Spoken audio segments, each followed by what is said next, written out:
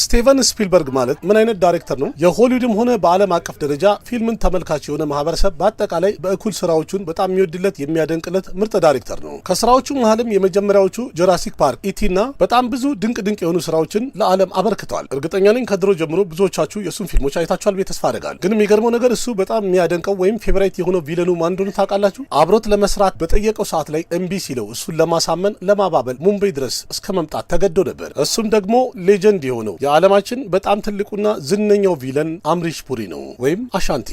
በሊ ማንግቲ ካሊማ አዎ ሞጋምቦ፣ ተክራር፣ ሰርካር በጣም ብዙ አስደናቂ የሆኑ ገጸ ባህሪዎችን ለዓለም አበርክተዋል። እነዛ ገጸ ባህሪዎች ዛሬ ላይ ቆም ብለን ስናስበው ሌላ ሰው ምናልባት ለመስራትም እንኳን የሚደፍራቸው ናቸው እና የአምሪሽ ፑሪ እስቲ ታሪኩ ምን ይመስላል? እንዴት ነው ወደ ሲኒማ የገባው? የቦሊውድ ትልቁ አይኮኒክ ቪለን ሊሆን የቻለውስ እንዴት ነው? በዓለም አቀፍ ደረጃስ ይህን ያህል ዝነኛ ሊሆን እንዴት ቻለ? ለዛውም አስቀያሚ ነህ ተብሎ ማንም ፊልም አላሰራም ብሎ ከተገፋ በኋላ እንደገና በአሚር ላይ ለምንድን ነው የጮህበት? ጎቪንዳንስ ለምን በጥፊ ያጮለው? እነዚህንና ሌላ ብዙ አነጋጋሪ ነገሮችን ስለዚህ አይኮኒክ ቪለን የሆነው ድንቅ አክተር ብዙ ነገር እንጫወታለን በዛሬ ቪዲዮ። አምሪሽ ፑሪ ወይም አሻንቲ የተወለደው ጁን 22 1932 ዓ.ም በፈረንጆቹ ማለት ነው ፐንጃብ ውስጥ በምትገኘው ነዋንሻየር በምትባለው ከተማ ተወለደ። ሙሉ ለሙሉ የቤተሰቡን ባክግራውንድ ብናይ አምሪሽ ፑሪ ከፊልም ኢንዱስትሪ ካሉ ሰዎች ውጪ ወይም አውትሳይደር አይደለም። ያጎቱ ልጅ ኩንደላል ሲንግ ቀደም ብሎ በፊልም ኢንዱስትሪ ውስጥ ስራ የሚሰራ አክተር ሲሆን እንዲሁም ታላቅ ወንድሙም ቢሆን ቸመን ፑሪም በፊልም ኢንዱስትሪ ውስጥ ታዋቂ አክተር ነው። መቼስ እነዚህ በ60ና በ70ዎቹ የነበሩ አክተሮች ስለሆኑ ብዙዎቻችን አናቃቸው። ከዛ በተጨማሪ መደን ፑሪም እንኳን በፊልም ዓለም ላይ ነበረ። ስለዚህ አምሪሽ ፑሪ ለኢንዱስትሪ እንግዳ አልነበረም። ስለ ሲኒማ በደንብ ያውቃል ማለት ነው በጊዜው ወይም ቀደም ብሎ። ቢሆንም ግን ከድሮ የሲኒማውን ዓለም ብዙም አይመቸውም አይወደውም ነበር። ምክንያቱም ያጎቱ ልጅ በጣም ዝናን ሲያገኝ አይቶታል። ከዛ በተጨማሪም በአስጠሊታ ሁኔታ ዳውንፎል ወይም ደግሞ አወዳደቁንም በቅርበት በደንብ አይቶታል። ስለዚህ ያጎቱ ልጅ ድጋሚ እንዳይነሳ የደቆሰው ሲኒማ ነው ብሎ ስለሚያስብ ሲኒማና ትወና በአጠቃላይ የሰው ልጅ ህይወትን ያበላሻል ብሎ ያምን ነበረ። ቢሆንም ግን እድሜው የገፋ ወይም ከፍ እያለ በመጣ ሰዓት ላይ ያ ሁሉ ያየውን የጠላውን ነገር ተወት አደረገና ወደ ትወና ለምን አልሞክርም ብሎ ማሰብ ጀመረ። ከዛም ቻንሱ ለመሞከር ጠጋ ማለት ጀመረ። በዛ ሰዓት ላይ ወንድሞቹ በፊልም ዓለም ላይ የሚሰሩ ሲሆን መደን ፑሪ ደግሞ በዛ ሰዓት ላይ በጣም ታዋቂ ቪለን ነበረ። ስለዚህ በዚህ ሁኔታ ላይ ስራ ማግኘቱ በጣም ቀላል ነው ብለን እናስባለን አይደል? እንደዛሬ ግን አልሆነም። በሰዓቱ እሱ በጠየቀ ሰዓት ላይ ያጋጠመው ሪጀክት ነው የተደረገው፣ አባረሩት። የተባለው የተገፋበት ምክንያት ደግሞ መልክ በጣም አስጠሊታ ነው፣ በዛ ላይ ድምጽ ደግሞ በጣም አስፈሪ ነው፣ አይሆንም ብለው ነበር የመለሱ። ቢሆንም ይሄን ነገር በሰማ ሰዓት ላይ ትንሽ ቢጎዳም አምሪሽ ፑሪ ግን በቀላሉ ሽንፈቱን አላመነም። እንዲያውም ይሄን ነገር እንደ ኃይል እንደ ጉልበት ተጠቀምበታለሁ ብሎ ማሰብ ጀመረ። አንድ ዳይሬክተር እንዲያውም አንተ ምንም አክተር አትሆንም፣ እንዲያውም ቪለን ነው የምትመስለው፣ አስፈሪ ነህ ብሎት ነበረ። ስለዚህ በዚህ ንግግር የተረዳው አክተር ሳይሆን ከሆነ አይቀር ቪለን መሆኑ እንደማይቀር እርግጠኛ ሆኖበት ነበር። ምክንያቱም የሄደበት ቦታ ላይ በአጠቃላይ የድምፁ አስጠሊታነትና የመልኩ አስፈሪነት እየተነገረውም ስለነበረ ይሄን ነገር እያጸናበት ሄደ ማለት ይቻላል። ግን በሄደበት ቦታ በአጠቃላይ እየተገፋ ስለነበረ ምን ያደርግ ህልሙን ወደ ጎን አደረገና ግዴታ ህይወትን ለመኖር ሆድ መሙላት ስላለበት ስራ ለመስራት ወሰነ። ስለዚህ አምሪሽ ፑሪ ገና በ20ኛ ዓመቱ ስራ ፍለጋ ወጣ። ኢኤስአይ የሚባል የመንግስት ካምፓኒ ውስጥ ተቀጣሪ ሰራተኛ ሆኖ ስራ ጀመረ። ስራውንም በአግባቡ ይሰራ ነበር። ከዛ በተጨማሪ ደግሞ በፋይናንሻል በገቢ ደረጃም ቤተሰቡን በደንብ ይደጉም ነበር ወይም ይደግፍ ነበረ። ስለዚህ በቃ ነገሩ ቀላል ነው። ከቤት ወደ ስራ፣ ከስራ ወደ ቤት። በመሀልም ደግሞ በሚያገኘው ትርፍ ሰዓት ላይ እንደምንም ትወናዎችን ይሞክር ነበረ። በዛ ሰዓት ላይ ስራ ላይ በነበረ ሰዓት ላይ የህይወቱን ፍቅር አንድ ቀን ሊያገኝ ቻለ። እሷም ያፈቀራት እዛው መስሪያ ቤት ውስጥ የምትሰራዋ አንዷና ብቸኛው ኡርሚላ ዴቪከር ነበረች። አምሪሽ ፑሪ እንደተናገረው ከሆነ እሷን እንዳያት ነበር ያፈቀራት እና እሷን ለማናገር ምክንያት መፍጠር ጀመረ። ከዛም አንድ ቀን ከስራ አረፍ በነበሩበት ሰዓት ላይ አብረው ቴኒስ የመጫወት እድል አጋጠማቸው። ቴኒስ የተጫወቱ ያለም ጓደኝነታቸው እየጠነከረ ሄደ። ከዛም ሻይ ቡና መባባሉ ቀጠለ። ከትንሽ ቆይታ በኋላም ሁለቱ ተጋቡ። አምሪሽ ፑሪ አንድ ፐንጃቢ ሲሆን በዘሩ ኡርሚላ ደግሞ ባለቤቱ የደቡብ ህንድ ተወላጅ ነበረች። ስለዚህ ሁለት የተለያየ ዘር ስለሆነ ጋብቻው ላይ ወይም ሰርጋቸው ላይ እንቅፋት መፈጠሩ አልቀረም። ግን ምንም ቢሆንም ባልና ሚስት ፈቃደኛ ከሆኑ ምን ያደርጋል ቄሱ እንደሚባለው ነው። ስለዚህ ፍቅራቸው አሸንፈው በትዳራቸው ወደፊት ቀጠሉ። ልክ እንደዚህ ያለ እንግዲህ ለድርጅቱ ወይም እዛ ድርጅት እየሰራ አምሪሽ ፑሪ 20 ዓመት ሆነው በስራ 20 ዓመት ሞላው ማለት ነው። እንደዛም ሆኖ ግን አሁንም ያቺ የተወናዋ ነገር ውስጡ ሙሉ ለሙሉ አልሞተችም ነበር። አንድ ሰው ቢያገኘውና ችሎታውን ቢጠይቀው ቢሞክረው የሚል ፍላጎት ነበረው። ይህን ነገር እያሰበም እያማከረ በነበረበት ሰዓት ላይ የተፈጠረው ገጠመኝ ሙሉ ለሙሉ የሱን ህይወት የሚቀይር ሊሆን ቻለ። ለትወና ስራ እያፈላለገ በነበረበት ሰዓት ላይ ልብ ብሎ ያየው ኢብራሂም ኢብራሂም አልካዚ የተባለ ግለሰብ ነበር። ኢብራሂም አንድ ታዋቂ የድራማ ወይም የቲያትር ባለሙያ ሲሆን በሰዓቱ በጣም ትልቅ ስም ነበረው፣ ወይም የሚወደድ የሚከበር ሰው ነበር። ከአምሪሽ ጋርም ትንሽ ባወሩ ሰዓት ላይ ፍላጎቱ ያለው ሁሉም ነገር ትቶ ስራ እየሰራ ባለ ወይም እንደሆነ በነገረው ሰዓት ላይ ሞቲቬት አድርጎት በድጋሚ ትወናውን እንዲቀጥል አበረታታው። ከዛ በኋላ ከእንደዚህ አይነት ከትልቅ ሰው ይህንን ቃል በሰማ ሰዓት ላይ በ1961 በፈረንጆቹ አምሪሽ ፑሪ ቲያትር መስራቱን ቀጠለ።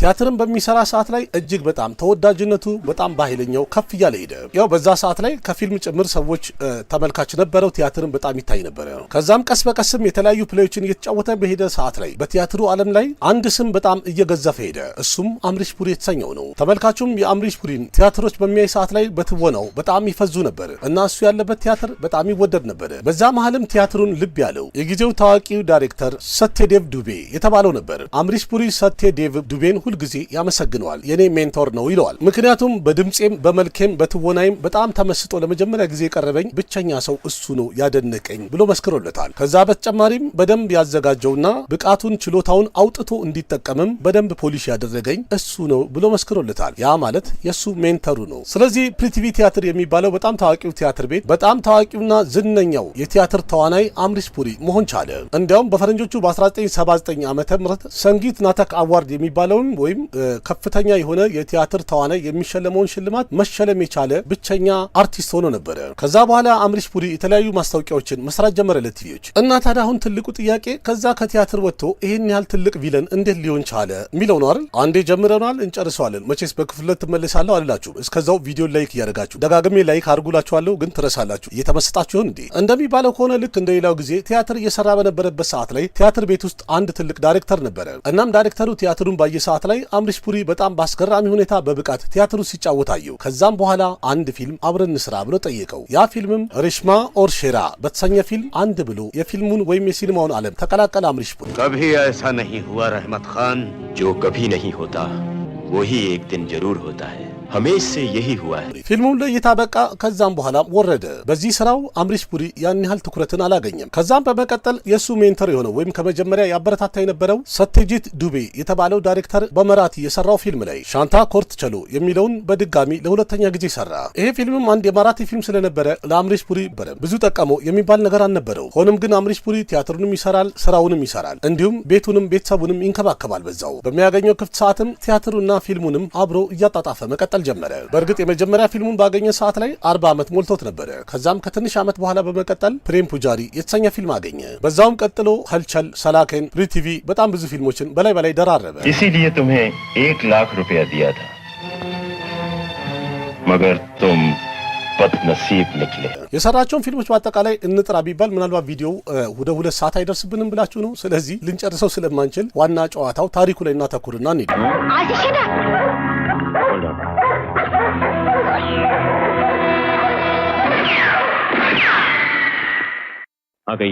እንደዛም ሆኖ አምሪሽ ፑሪ የሚያገኛቸው የነበረው ሳይድ ሮል ነበሩ። ስለዚህ ፊልሞቹ ላይ ያው ይታያል፣ መልሶ ይወርዳል። በዚህ መልኩ በላይ ከ20 የበለጡ ፊልሞችን ሳይድ ሮል እያገኘ ሰርተዋል። በሁሉም ፊልም ላይ ያው ትንንሽ ቪለን ይሆን ነበር፣ ወይም ደግሞ ከቪለኖች ጎን የሚቆሙ የቪለኖቹ ወይም እነዚህ የሌቦቹ አጋር በመሆን ይተውን ነበረ። ግን ይባላል አይደለ፣ ችሎታ ብቃት ካለህ ታለንት የራሷን መንገድ ራሷ እየጠረገች ትሄዳለች ይባላል አይደል? አምሪሽ ፑሪ የሚያገኛቸውን ሮል በታማኝነትና በብቃት እየተወጣ ሳይድ ሮሉን እየሸፈነ ስለነበረ በደንብ ልብ ብሎ ያየው ታዋቂው ፊልም ሜከር ቦኒ ካፑር ነበረ። እሱም በጣም ትልቁ የኢንዱስትሪው ቪለን ሊያደርገው ቻለ። ቦኒ ካፑር በቀጣይ የሚሰራው ፊልም ላይ ቪር ፕረታፕ ሲንግ ለተባለ ሮል አምሪሽ ፑሪን አብረን እንስራ ብሎ ጠየቀው። አምሪሽ ፑሪን ፈቃደኛ ሆነ። ያ ፊልም የትኛው ነው? ሃም ፓንች የሚለው ነው። እኛ አምስታችን ማለት ነው። मैंने कहा ना कि भाग्या से हम कसम को जबान दे आए हैं, तो जा जाके अपनी जुबान वापस ले ले। राजा हरिश्चंद्र की औलाद नहीं है तू। ሃም ፓንች ማለት አምስቱም ተዋናዮች በፊልሙ ላይ የነበሩት እጅግ በጣም ምርጥ ትወናቸውን ያሳዩበት ቆንጆና ተወዳጅ ፊልም ሲሆን ግን በዚህ ፊልም የተነሳ ቦሊውድ 2 ትልልቅ ተዋናዮችን ማግኘት ችሏል። አንደኛው ዝነኛውና ታዋቂው አክተር የዲስኮ ዳንሰሩ ሚቱ ቸክራበርቲ ሲሆን ሁለተኛው ደግሞ የኢንዱስትሪው ታላቁ ቪለን አምሪሽ ፑሪ ሊሆን ቻለ። मैं सिर्फ इसलिए खामोश रहा कि मुझे मरे हुए शिकार की आदत नहीं, और वो लोग मेरी खामोशी को अपनी बहादुरी समझते। ይህ ፊልም ለእይታ ከበቃ በኋላ ተመልካቹ በአጠቃላይ አምሪሽ ፑሪን ወይም የአሻንቲን ትወና በጣም ልብ ብሎ አይቶት ነበር። ስለዚህ ሁሉም አድናቆቱን ችሮታል። እንዲያውም ለመጀመሪያ ጊዜ በፊልም ላይ ቪለኑ ከአክተሩ በላይ ጨዋታውን ሊገለብጥ እንደሚችልና አክተሩን ሊበልጥ እንደሚችል ፊልም ሊያሳምር እንደሚችል ልብ ተባለ የተባለበት የመጀመሪያ ፊልምም ሊሆን ችሏል። ከዛም በኋላማ በተርታው በጣም ብዙ ፊልሞች አምሪሽ ፑሪ እያገኘ ሄደ። በመቀጠል የሰራው ታዋቂው ዳይሬክተር ሱባሽ ጋይ ዳይሬክት ያደረገው ቪዳታ የተሰኘው ፊልም ነበር። अगर ये बच गया तो तुम में से एक भी नहीं बचेगा। यही तो मैं भी सोच रहा हूँ। अब भी सोच रहे हो के?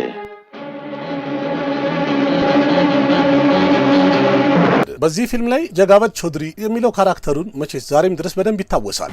जगावर चौधरी ማንም አይረሳው። በፊልሙ ላይ ይህን ያህል ታዋቂ ወይም ደግሞ ዝነኛ የሆነ ካራክተርን ሲፈጥር የፊልሙ መሪ ተዋናይ የነበረው የጊዜው ዝነኛውና ታዋቂው አክተር የነበረው ሱፐርስታር ዲሊፕ ኩማር ነበረ። በዛው ቀጥሎም ሸክቲና ሂሮ የመሰሉ የጊዜው ስኬታማና ትልልቅ ፊልሞችን ሰራ።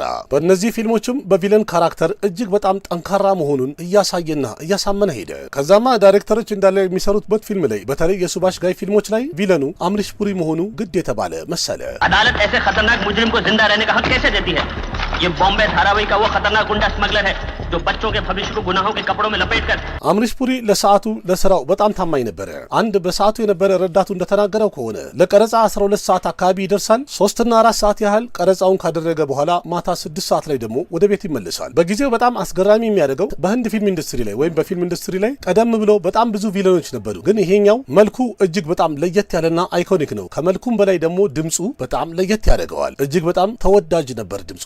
እንደሚታወቀው አምሪሽ ፑሪ ሲቆጣ በፊልሙ ላይ ያሉ አክተሮችን ካራክተሮችን ብቻ ሳይሆን ሲኒማ ቤት የተቀመጠውን ኦዲየንስ ጭምር አብሮ የሚያስደነብር አቅም ነበረው። ልክ በዚህ መልኩ እንግዲህ ያ አንድ ተራ ስራ ይሰራ የነበረው ደሃ ልጅ የኢንዱስትሪው ወይም የቦሊውድ አይኮኒክ ቪለን ሊሆን ቻለ። በጣም ዝነኛው ቪለን ሆነ። እንዲያውም የቦሊውድ ብቻ ሳይሆን የሆሊውድም ማለት ይቻላል። በፊልም ኢንዱስትሪ ላይ ምናልባት እንደዚህ አይነት ኃይለኛ ቪለን እስካሁን ድረስ አላየንም። አስገራሚ የሚያደርገው ትወናው ከሀገር አቀፍ አልፎ በዓለም አቀፍ ደረጃ በጣም ዝነኛ ስለሆነ የሆሊውድ ትልቁ ዳይሬክተር ወደ ሙምባይ ድረስ እሱን ለማግኘት ሊመጣ ግድ ሆነበት።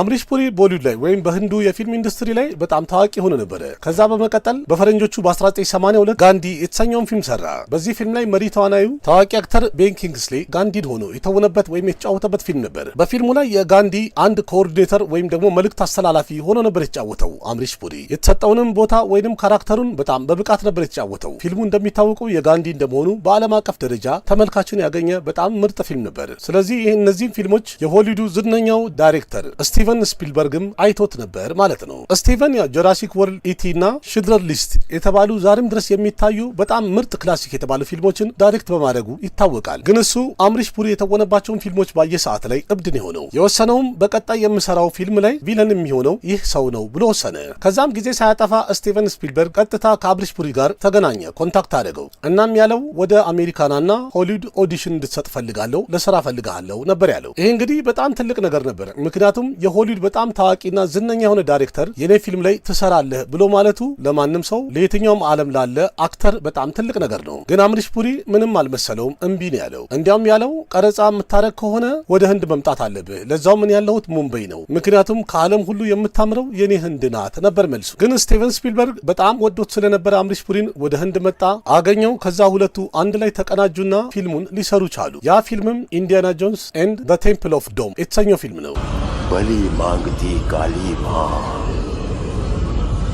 मुक्ति देगी काली मां በዚህ ፊልም በዓለም አቀፍ ደረጃ አምሪሽ ፑሪ በጣም ብዙ ተመልካቾችን ማግኘት ችሏል። እንዲሁም በጣም ተደንቆበታል፣ ዝነኛም ሆኖበታል። ግን ከምንም በላይ ከትወናው ጭምር በጣም ዝነኛ ያደረገው የመልኩ አስፈሪነት ነበር። ያን ደግሞ ያመጣው መላጣነቱ እንደሆነ ይነገራል። በፊልሙ ላይ ቪለን ሆኖ በሚሰራ ሰዓት ላይ ያው ስቲቨን ስፒልበርግ እንዳለው መላጣ መሆን አለብህ ብሎት ስለነበረ መላጣ ሆኖ ጸጉሩን ተላጨ። ከዛም አምሪሽ ፑሪ የታወቀው ነገር ቢኖር በዚህ በስራው ላይ ወይም በትወናው ላይ መላጣ መሆኑ በጣም ጠቃሚ እንደሆነ ነው። ምክንያቱም መላጣ ከሆነ የፈለገውን ዊግ ማድረግ ይችላል፣ እንደፈለገው አይነት ካራክተር ወይም እንደሚፈልገው በቀላሉ ማምጣት ይቻላል ብሎ አመነ። हौसला कीजिए और हमारी बिरादरी में शामिल होने की कोशिश कीजिए।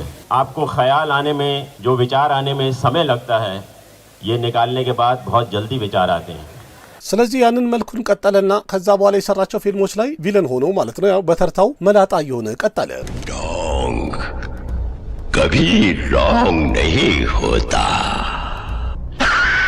ስለዚህ አምሪሽ ፑሪ በዓለም አቀፍ ደረጃ ትልቅ ሴሌብሪቲ ሆነ። እንደሚታወቀው ስቲቨን ስፒልበርግ ከሆሊውድ ትልልቅ አክተሮች ጋር ብዙ ፊልም ሰርተዋል። ግን ስቲቨን በተደጋጋሚ ኢንተርቪው ላይ ሲጠየቅ እንደሚናገረው እንደ አምሪሽ ፑሪ አይነት እንደ አሻንቲ አይነት ትልቅ ቪለን በዓለማችን ላይ ማንንም አላየውም ብሎ መስክሮለታል። እንዲያውም ድጋሚም አይኖርም ብሎ አፉ ሞልቶ ነው የተናገረው። ይሄ በጣም ትልቅ ነገር ነው። በእርግጥ ትክክል ነው። አምሪሽ ፑሪ የተወናቸውን እያንዳንዱን ቪለን ሆኖ የተጫወተባቸውን ሮሎች እንኳን ብናይ ዛሬም ድረስ የማንረሳቸው የምናስታውሳቸው ትልልቅ ገጸ ባህሪዎችን አስቀምጧል። ለምሳሌ ሜሪ ጀንግ የሚለው ፊልም ላይ ተክራ ሊያደፍን ሆኖ የተወነበት अगर आप कोर्ट की तरफ से दिए गए ये जमीन खाली करवाने के ऑर्डर्स देखना चाहें तो देख सकते हैं। ከዛ ሌላ አስሊ ነቅሊ የሚለው ፊልም ላይም ያሳየው የቪለን ሮል የቪለንን ደረጃ ከነበረበት ቦታ በጣም አርቆ ከፍ አድርጎ ነው የሰቀለው። በጊዜው በክፍያ ደረጃም ብናይ በቪለኖች ደረጃ ከፍተኛ ክፍያ የሚከፈለው ቪለን አምሪሽ ፑሪ ብቻ ነበረ። በዛ ሰዓት ላይ አምሪሽ ፑሪ ለእያንዳንዱ ፊልሙ አንዳንድ ከሮር ይከፈለው ነበረ። አስቡት፣ ፊልሙ የሚሰራው በዛ ሰዓት ላይ በጀቱ 4 እና 5 ከሮር ነው። ያው እሱ ካለበት ፊልሙ ስኬታማ ስለሚሆን ከዚህም በላይ ይገባው ነበር። ጥረቱና ትግሉን በዛው በስራው ቀጥሎ በመቀጠል ምን አይነት ገጸ ባህሪ ያጋጠመው ዛሬም ድረስ በጣም የሚታወስበትን እንዲያውም በጊዜው ህፃኑም ወጣቱም ሽማግሌውም የማይረሳው ገጸ ባህሪ የተባለለትን አመቱ በፈረንጆቹ 1987 ነው። በወቅቱ ታዋቂ ዳይሬክተር የነበረው ሺከር ከፑር አንድ ሳይንስ ፊክሽን የሆነ ፊልም እየሰራ ነበር። ይህ ፊልም እንግዲህ የቦሊውድን ታሪክ ይቀይራል ተብሎ የተጠበቀ ነበረ። ስለዚህ ስክሪፕቱን ባነበበ ሰዓት ላይ ፕሮዲውሰሩ አንድ ትልቅ አስገራሚ ቪለን ያስፈልገናል ለዚህ ፊልም አለ። ስለዚህ የፊልሙ ፕሮዲውሰርም ያሰበው የነበረው ወይም ጸሐፊው አኑ ፐምኬርን ነበረ። ከዛ አይ ከስክሪፕቱ ጋር ስለማይመጣጠን አይሆንም ተባለና በመቀጠል የተጠራው ስም የአምሪሽ ፑሪ ወይም ያሻንቲ ነበረ። ፊልሙ ለእይታ በቃ ሰዓት ላይ ተመልካቹ በአጠቃላይ በጣም የወደደውና ያደነቀው ፊልም ሲሆን ፊልሙንም አይቶ ሲወጣ ማንም ቢጠየቅ ከፊልሙ ላይ የሚያስታውሰው አንድ አባባል ነበረች። እሷም ሞጋምቦ ሁሽዋ የምትለዋ ናት። मोगैम्बो खुशुआ ያ ፊልምም የ1987 ሚስተር ኢንዲያ የተሰኘው ፊልም ነው። የፊልሙ ታሪክ የሚያጠነጥነው በአንድ በአስገራሚ ሰዓት ሲሆን የፊልሙ መሪ ተዋናይም አኒል ካፑር ነበረ። አብራው ደግሞ የተወነችው በዛው አይኮኒክ የሆነላትን ዘፈን የታየበት ሀዋ ሀዋይ የተሰኘው ማለት ነው ሽሪዴቪ ነበረች። ግን እነዚህ ሁለት ትልልቅ አክተሮች ወይም ተዋናዮች ከፊት እያሉም እንኳን የተመልካቹን ትኩረት ግን በቀላሉ መሳብ የቻለው ማሸነፍ የቻለው ቪለኑ ነበረ።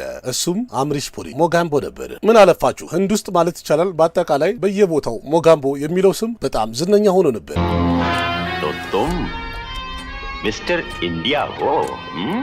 गायबों पर दिखाओ। ማንኛውም ህንድ ፊልም ተመልካች ዛሬ ላይ ቢጠይቅ እርግጠኛ ነኝ ሞጋምቦ ሁሽዋ የምትሏን አባባል በደንብ ያቃታልም ያስታውሳታል። በመቀጠልም አምሪሽ ፑሪ፣ ሞጋምቦ፣ ዶን፣ ባልስተር ቸዳ እና የከረን አርጁኑ ታኩር ዱጀር ሲንግን እርግጠኛ ነኝ ዛሬም ድረስ ታስታውሳላችሁ። በቃ ትወናው ልክ በዚህ መልኩ ካራክተሩ የፊልም ሳይሆን በትክክል መሬት ላይ ያለ ያህል እንድናቀው አድርጎ የመተወን አቅም ነበረው። በፊልሙ ላይ አብሮት የሚሰራ አክተር ፊልሙን ስኬታማ የማድረግ አቅም ኖር አልኖረው፣ አምሪሽ ፑሪ ግን በእርግጠኝነት ፊልሙን ስኬታማ የማድረግ አቅም አለው ተብሎ ይመሰከርለታል። እናም የሚሰጠውን ገጸ ባህሪዎች በአጠቃላይ በህይወት አኖራቸው፣ ነፍስ ዘራባቸው ይባልለታል። ከዛ በተጨማሪ ምን አይነት ሮሎችን ተውኗል? የተመልካቹ አይንን ማርጠብ ሁሉ የሚችል ምርጥ ትወና ማሳይቷል። ይህንን ሲን በደንብ ታስታውስታላችሁ። ጋተክ የሚለው የሰኒዶል ፊልም ነው። እርግጠኛ ነኝ ይህን ፊልም አይቶ የሚጨርስ ማንኛውም ተመልካች አንድ ጊዜ ቆም ብሎ የአምሪሽ ፑሪን አሳዛኝ ገጸ ባህሪ ሳያስታውሰው አይመለስም ወይም ትቶ አይሄድም። እቺን አባባል አስታውሳችኋል? जीवन की तरह मृत्यु भी एक सच्चाई है, उसे तो स्वीकारना ही पड़ेगा। በፊልሙ ላይም አምሪሽ ፑሪ በጣም ምርጥ ትወናውን ስላሳየ በአመቱ በተዘጋጀ ፊልምፌር አዋርድ ላይ ቤስት ሰፖርቲንግ አክተር ፊልምፌር አዋርድ ሊሸለምበት ችሏል። እሺ ከዚህ ፊልም ላይ እቺኛዋን ሲን እንኳን ታስታውስታላችሁ አይደል? ሁላችሁም तेरा बाप कुत्ता बनकर मेरे सामने तुम हिला रहा है, मेरे तलवे चाट रहा है। በዚህ ሲን ላይ እንደሚታየው የውሻ ሰንሰለት ወይም የውሻ ቀበቶ አንገቱ ላይ አድርጎ የአምሪሽ ፑሪን እንደ ውሻ እግሩ ስር ሲያጫውተው ይታያል። ይሄ በጣም አሳዛኝ ክስተት ነበር በፊልሙ ላይ። ግን ፊልሙ ከታየ በኋላ የአምሪሽ ፑሪ አድናቂዎች በአጠቃላይ ተሰብስበው ከዳኒ ቤት ውጪ በመሄድ ረብሻ ለመፍጠር ሞክረው ነበረ። ፖሊስ መጥቶ እስኪ በትናቸው ድረስ በሲኑ ተናደው ትልቅ እርምጃ ለመውሰድ አስቦ ነበር። ይገርማል። ግን ለስራው የነበረው ክብርና ፍቅር የውሻ ቀበቶ አንገቱ ላይ እንዲታሰር አድርጎ በሚያምር መልኩ እንዲተወን ወይም ፊልሙ እንዲሰራ ያደረገበት መንገድ ዛሬም ድረስ ይደነቅልታል። የትኛውስ ቪለን በዚህ ደረጃ እንዲሰራ ፈቅዶ ያውቃል? ይህም ብቻ አይደለም። የ1995ቱ ዲዴ ልጄ ዲልዋሊ ዱልህኔ ልጄንጌ የሚለው ፊልም ላይ የአምሪሽ ፑሪ አንድ ዳያሎግ ዛሬም ድረስ ሁሉም ሰው ያስታውሰዋል። जा सिमरन जा, እስቲ ከኛ ተመልካች መሃል ስምረት የምትባል ካለች ኮሜንት ላይ አለሁኝ ብለሽ ኮሜንት አድርጊ። ያው ጃው ሲምረን ጃው ሲል ያው ብዙ ጊዜ ጃው ሲምረን ጃው ይላሉና እኛ ሀገር ወደ ስምረት ይወስዱታል። ከዚህ ሌላም አምሪሽ ፑሪ ሌላ ገጸ ባህሪም በደንብ አሳይቷል። እሱም በኮሜዲ ነው። ቻቺ ቻርሶቢስ የተሰኘው ፊልም ላይ ምርጥ ትወናውን አሳይቷል። እንዲያውም በዛ ሰዓት ላይ ወይም በሰዓቱ በዘጠናዎቹ እያንዳንዱ ፊልም ላይ አምሪሽ ፑሪ ግዴታ ይገባል የተባለ ያህል ነበረ። በዛውም በዘጠናዎቹ አጋማሽ አካባቢ አንድ ፊልም ሊሰራ ነበረ። ያው እግረ መንገዳችንን ጨዋታ ያነሳዋል። የፊልሙ ርዕስም ታይም ማሽን የተሰኘ ሲሆን በፊልሙ ላይም አሚር ካን፣ አሚታብ በቸን፣ ኦም ፑሪ እና አምሪሽ ፑሪ ይኖሩበታል የተባለ ፊልም ነበር። በሰዓቱም ፊልሙ እጅግ በጣም ትልቅ ይሆናል ተብሎ በጣም ሲወራለት ነበረ። ምናልባት ይሄ ፊልም ተሰርቶ የወጣ ቢሆን ኖሮ ቦሊውድ በጣም ወደፊት መሄድ ይችል ነበር የተባለለት ነው። ግን ይሁን አይሁን ማን ያውቀዋል። ወደ ታሪካችን እንመለስና በአምሪሽ ፑሪ ህይወት ውስጥ በጣም ብዙ አነጋጋሪ ነገሮች አልተፈጠሩም። በጣም የሚሰማው ያው አሚር ካን እንዲያቀረቅር አደረገው ወይም ተቆጣው፣ ጎቪንዳን ደግሞ በጥፊ አጮሉ የሚለው ነው። ይሄ ክስተት የተፈጠረው እንግዲህ ቦሊውድ ላይ አዳዲስ ተዋናዮች በጣም ከፍ እያሉ ወይም ደግሞ ተቀባይነትን እያገኙ የመጡበት ሰዓት ነበረ። ከነዛ መሃል በጣም ትልቅ አድናቆትን አግኝቶ የነበረው ጎቪንዳ ነበረ። ስለ ጎቪንዳ በተደጋጋሚ ሰምታችሁ ይሆናል። ቀረጻ ቦታ ላይ አርፍዶ ነው የሚመጣው እየተባለ ይወቀሳል። እናም አንድ ቀን አንድ ፊልም እየሰሩ በነበረበት ሰዓት ላይ ቀረጻው ጠዋት 3 ሰዓት ይጀምራል ተባለ።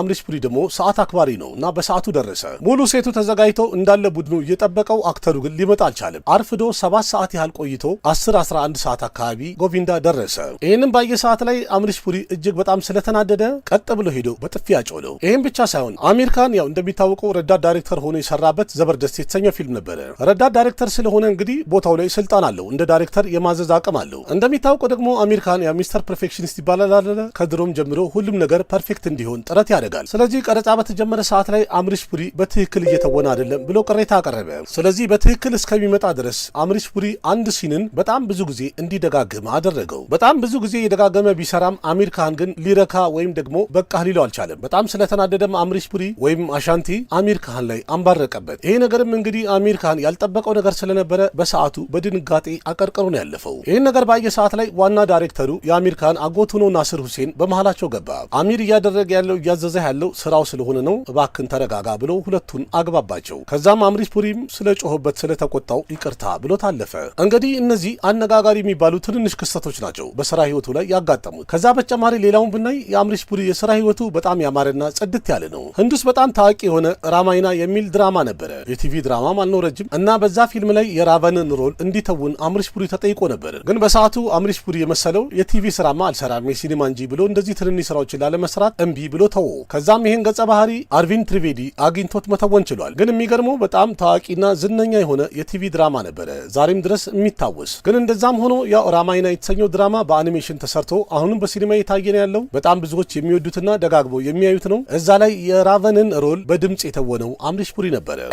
राम तुम्हारा कहना है वो अयोध्या का दुर्बल कुमार था जिसने ये काम किया? እንግዲህ በዚህም የሚያበቃ አይደለም። አምሪሽ ፑሪ በጣም ብዙ ስራ ነው የሰራው። አሁንም ያለቀ ከመሰላችሁና ወደ ማለቂያው የቀረብን ከመሰላችሁ ገና ነው። በመቀጠል አምሪሽ ፑሪ አንድ ገጸ ባህሪ ቀረው ነበረ። እሱም ደግሞ ፓኪስታን ውስጥ ዝነኛ ያደረገው ነው። አሁንም የዘጠናዎቹ ጊዜ ያለቀና የፈረንጆቹ ሚሊኒየም በተከበረ ከአንድ ዓመት በኋላ በ2001 በፈረንጆቹ ማለት ነው አንድ ፊልም ለእይታ በቃ። ይህ ፊልም ማለት ፊልሙ ከሚታይበት ከሲኒማ ቤት ራቅ ካለ አካባቢ እንኳን በትልቅ መኪና ሰዎች ተጭነው ወደ ሲኒማ ቤት የተጓዙበት ፊልም ነው። በፊልሙ ላይ የሚተውኑት የጊዜው ዝነኛ አክተር ሶኒ ዶልና በሰዓቱ ትኩስ መታ የነበረችው ቆንጂዮ አክትረስ አሚሻ ፐቴል መሪ ተዋናይ ሆነው የሚጫወቱበት ነበር። በዚህ ፊልም ላይ ቪለን የነበረው አሽረፍ አሊ ነበረ፣ እሱም አምሪሽ ፑሪ። የፊልሙ ርዕስም ገደር ኤክ ፕሬም ከታ የመጀመሪያው ክፍል። ገደር ምን ያህል ስኬታማ ፊልም እንደነበረ እንኳን በተደጋጋሚ አውርተናል። በጣም ስኬታማ ፊልም ነበረ። ከሚስተር ኢንዲያ ጀምረን እንኳን እስከ ገደር ድረስ ብናይ፣ ከሞጋምቦ ጀምሮ እስከ አሽረፍ አሊ ድረስ ብናይ አምሪሽ ፑሪ በመሃል የሰራቸው እያንዳንዱ ገጸ ባህሪዎቹ ሌጋሲውን አስከብረውለታል፣ አስቀጥሎለታል የተባሉ ናቸው።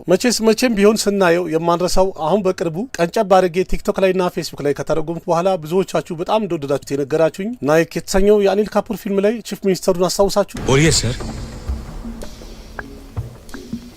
ጃል ዘ ትራፕ ዘ ሂሮ ላቭ ስቶሪ ኦፍ ዘ ስፓይ በኮሜዲም ቢሆን በጣም ድንቅ ስራውን አሳይቶናል። በተለይ ሙझसे शादी करोगी የሚለው ፊልም ላይ पूछो मत बेटा, ऐसा लग रहा है कि किसी ने गरम गरम लोहा पिघलाकर कान में डाल दिया। हलचल የተሰኘው ፊልም ላይም የነበረው ኮሜዲ ሮል መቼም የሚረሳ አይደለም። እንግዲህ ድሮ ወደ ትወና ዓለም ወይም ወደ ፊልሙ ዓለም በሚሞክር ሰዓት ላይ የተገፋ የነበረው እናም አንድ ፋብሪካ ውስጥ ስራ ለመስራት ተገዶ የነበረው ከዛም ግን ከ30 ዓመታት በኋላ ሱፐርስታርነቱን በደንብ ያረጋገጠና ያስከበረ አክተር መሆን ችሎ ነበር። በእያንዳንዱ ፊልሙ ላይ በድንቅ ትወናው በአስገራሚ ዳያሎጎቹ ሁልጊዜ ተወዳጅነቱን እያስቀጠለ የሄደ ድንቅ አክተር ነበር። ልክ በዚህ መልኩ እንግዲህ ቀጣይም የአምሪሽ ፑሪን ስራ እናያለን እናገኛለን እየተባለ በሚጠበቅ ሰዓት ላይ 12 በፈረንጆቹ 2005 ዓ.ም ላይ አንድ ዜና ተሰማ።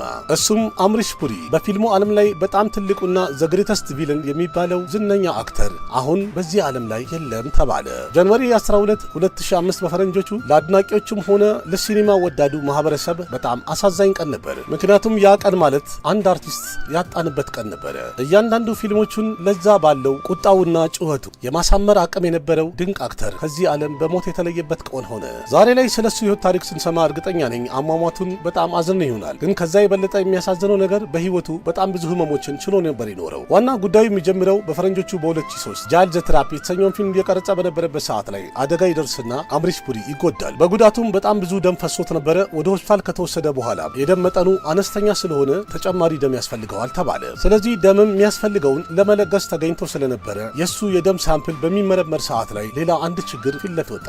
የተገኘበትም በደም ምርመራ ሰዓት ላይ የተገኘው ማይዶነል 6 ሲንድሮም የተሰኘ ከብዙ ሰው አንድ ሊይዝ የሚችል የደም ካንሰር ነበረ። የሚያሳዝነው እንግዲህ ያ የደም ካንሰሩ በታወቀ ሰዓት ላይ መታከም የማይቻልበት ደረጃ ደርሶ ነበረ። ስለ ጉዳዩም ዶክተሩ ለአምሪሽ ፑሪ ልጅ ነገሩን አስረድቶ ነገረው። ይህ አደጋ ከተፈጠረ በኋላ የአምሪሽ ፑሪ ህይወት ሙሉ ለሙሉ ተቀየረ። ረሃብ የሚባል ነገር የማይሰማው ሰው ሆነ። ከዛ በተጨማሪም ውስጥ ለውስጥ ከፍተኛ ህመሞች እንዳሉበትም መናገር ጀመረ። ከዛም የተለያዩ ምርመራዎችን ባደረገ ሰዓት ላይ በመጨረሻም ከዶክተሮች የሰማው አሁን ብዙ ጊዜ የለህም፣ የምታርፍበት ቀን ቀርበዋል አሉት። የሚደንቀው ነገር ይሄን ዜና ከሰማ በኋላም እንኳን ለሲኒማው ወይም ለፊልሙ ጀርባ አልሰጠም ነበር። በመቀጠል የወሰደው እርምጃ በጣም የሚገርም ነው። ጀምሯቸው የነበሩ ፊልሞችን በአጠቃላይ ለመጨረስ ጉዞውን ቀጠለ። ስለ ጤንነቱ፣ ስለ ደህንነቱ ሳያስብ የጀመራቸውን ፊልሞች እንዳለ ለመጨረስ ወሰነ። ምንም ያህል ቢያመውም በሱ የተነሳ ማንኛውም ፊልም በጅምር እንዲቀር ፕሮዲውሰሮቹ እንዲከስሩ ስላልፈለገ ነበር። ከዛም ጃንዋሪ 12 2005 ላይ አይምሮ ፍሪዝ አደረገ። ያም ማለት ሙሉ ለሙሉ ሞተ፣ አረፈ ማለት ነው። ይሄ በጣም ትልቅ አሳዛኝ ሀቅ ነው። ይህን ያህል ድንቅ የሆነ አርቲስት፣ በጣም ታዋቂ ዝነኛ ቪለን ብዙ ሰዎች ጊዜ አጥሯቸዋል ሲባሉ ከቤተሰባቸው ጋር ከጓደኞቻቸው ጋር ዘና ፈታ ማለትን ይመርጣሉ። አምሪሽ ፑሪ ግን ያደረገው ለሲኒማው ለፊልሙ ዓለም ጊዜውን ሰጥቶ የጀመራቸውን ስራዎች ሁሉ ለመጨረስና ስራውን ለህዝብ ለማበርከት ሩጫን የቀጠለው። ካረፈ በኋላም ኪስና ዘዋሪር የተሰኘው ፊልም ለእይታ በቃ። ከዛም ለመጨረሻ ጊዜ የታየው እንግዲህ ከቺ ሰረቅ የተሰኘው ፊልም ነው። ከዛም ከቆይታ በኋላ በ2010 አሃት የተሰኘው ፊልም ለእይታ በቃ። በእርግጥ የመጨረሻ ትንሽ ሲኖች በስታንትማን እንደተጨረሰ ተነግረዋል። የ2023 ገደርቱ የተሰኘው ፊልም ላይም የአምሪሽ ፑሪ አንድ ሮል ነበረ። እሱን በሲጂአይ ነበር የተሰራው። ስለዚህ እንግዲህ አምሪሽ ፑሪ ማለት የቦሊውድ ያ ቪለን ያ ተዋናይ ነው። የትወና ደረጃው ምን ያህል ከፍ ያለ ነው። በድጋሚ እንግዲህ ካሁን በኋላ የሚመጣ ማንኛውም ተዋናይ ምናልባት ይደግመዋል እንኳን የማይባለው። ስቲቨን ስፒልበርግ የሲኒማ እንግዲህ ማስተር ማይንድ የሚባል ትልቅ ዳይሬክተር ነው። ዛሬም ድረስ እሱ እንደሚለው ከሆነ በጣም ምርጡ ቪለንና ምርጡ ተዋናይ ለኔ አምሪሽ ፑሪ ነው ብሎ ይመሰክርለታል። የአምሪሽ ፑሪ በስራው ላይ የነበሩ እያንዳንዱ ገጸ ባህሪዎች እንግዲህ ዛሬ ላይ መለስ ብለን ስናስባቸው ምናልባት የቦሊውድ ማንኛውም አክተር ይህን ያህል ድንቅና በህይወት ያሉ የሚመስሉ ገጸ ባህሪዎችን ሊሰጠን እንኳን አይችልም ለማለት ያስደፍራል። በግል ህይወቱ በጣም ጥሩ ሰው ነው። ትንሹም ትልቁም ሰው በጣም ይወደዋል፣ ያከብረዋል። የሄደበት ቦታ ላይ ከሁሉም ሰው ጋር በጥሩ አግባብ በጣም ይወደዳልም ይደነቃልም። ግን በጣም የሚያሳዝነው እንደዚህ አይነት ትልቅ ተዋናይ ዛሬ በእኛ መሃል ወይም በህይወት አይገኝም። አንድ ጊዜ አንድ ፊልም ላይ ራሱ የተናገረው አንድ ቃል ነበረ። የሚሆነው ነገር ማንም ሊቀይሩ አይችልም፣ መሆኑ የማይቀር ነው ብሎ ነበረ። ስለዚህም ልክ ነበረ። እንዳለውም በእኛ መሃል የእኛ ቪለን ዛሬ የለም። የእኛ ሞጋምቦ ለስከ መጨረሻው ድረስ ስትሆን ከሄደ 20 ዓመት ሞልቶታል። እንግዲህ አስቡት፣ ምንም አችልም ተብሎ የተገፋ የተባረረ የነበረ ግለሰብ በዓለም አቀፍ ደረጃ ምን አይነት ስም አገኘ? ዛሬም ድረስ ማንም ተዋናይ ሊደግመው ያልቻለው መሆን መቻል ተአምር ያስብለዋል። ምንም እንኳን ዛሬ በመሃላችን ወይም በህይወት ባይኖርም የሲኒማው ዓለም የህንድ ፊልም ታሪክ በተነሳ ሰዓት ላይ ሁል ጊዜ አምሪሽ ፑሪ ስሙ መጠራቱ የማይቀር ነው። የኛው አሻንቲ። በጣም አመሰግናለሁ በጥሞና ስላዳመጣችሁኝ። እንግዲህ በጣም የምንወደውና ሁል ጊዜ የማንረሳው የምን ጊዜም ምርጡ ቪለናችን አምሪሽ ፑሪ ወይም አሻንቲ እንደሆነ እርግጠኛ ነኝ ሁላችሁም እንደምትወዱት። ስለዚህ እንግዲህ በመጨረሻ የምጠይቃችሁ ከሱ ፊልሞች ላይ በጣም የምትወዱትን ወይም ገጸ ባህሪውን ወይንም ደግሞ አንድ የፊልም ርዕስ ኮሜንት ላይ ቁጭ አድርጉልኝ። እውነት በትክክል በጣም የምትወዱትና የምትከተሉት ከሆነ ርዕስም ሆነ ካራክተር ታስታውሳላችሁ። ቁጭ አድርጉልኝ። जीवन की तरह ልክ እንደ ህይወትም मृत्यु भी ሞትም አንድ እውነት ነው። उससे तो ያንን ደግሞ አምነን መቀበል አለብን። मैंने तो अपनी እኔ እንኳን የራሴን ህይወት ኖር ያለሁኝ बची የቀረችኝን ህይወት इज्जत በክብር መኖር ነው የምፈልገው። በቃ ይሄንን ነው ለአምላክ የምጸልየው። አቅራቢያችሁ ቃሲም መካ ነበርኩኝ። በሌላ ቪዲዮ በድጋሚ እስከምንገናኝ ደህና ሁኑ።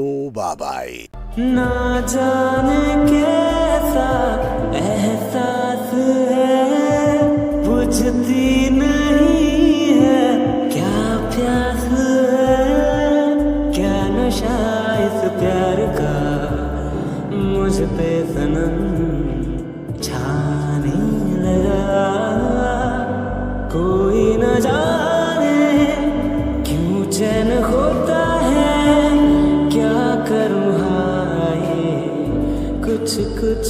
होता है, क्या करूँ हाय, कुछ कुछ होता है।